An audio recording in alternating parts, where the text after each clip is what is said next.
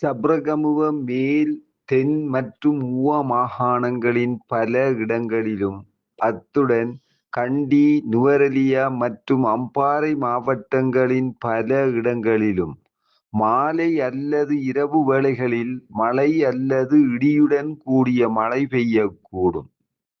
வடக்கு மற்றும் வடமேல் மாகாணங்களிலும், அத்துடன் அனுராதபுரம் மாவட்டத்திலும் சிறிதளவு மழை பெய்யக்கூடும்.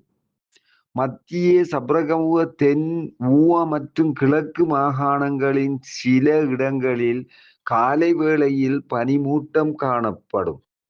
பலத்த காற்றும் மின்னல் தாக்கங்களும் ஏற்படக்கூடிய சந்தர்ப்பங்களில் பொதுமக்கள் அவதானத்துடன் செயற்படுமாறு கேட்டுக்கொள்ளப்படுகின்றனர்.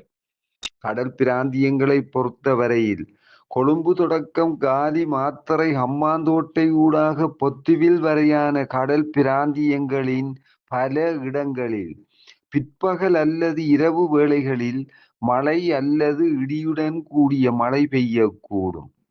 கடல் பிராந்தியங்களில் மணித்தியாலத்துக்கு 20 முதல் 30 கிலோமீட்டர் வேகத்தில் வடதிசையிலிருந்து வடமேற்கு திசையை நோக்கி காற்று வீசும்.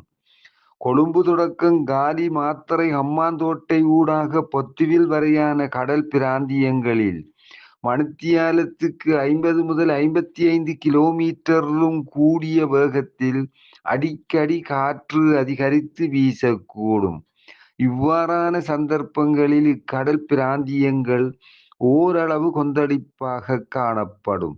ஆனால் இடியுடன் கூடிய மழை பெய்கின்ற சந்தர்ப்பங்களில் பலத்த காற்று வீசுவதுடன் அவ்வேளைகளில் கடல் பிராந்தியங்கள் தற்காலிகமாக மிகவும் கொந்தளிப்பான நிலையில் காணப்படும்.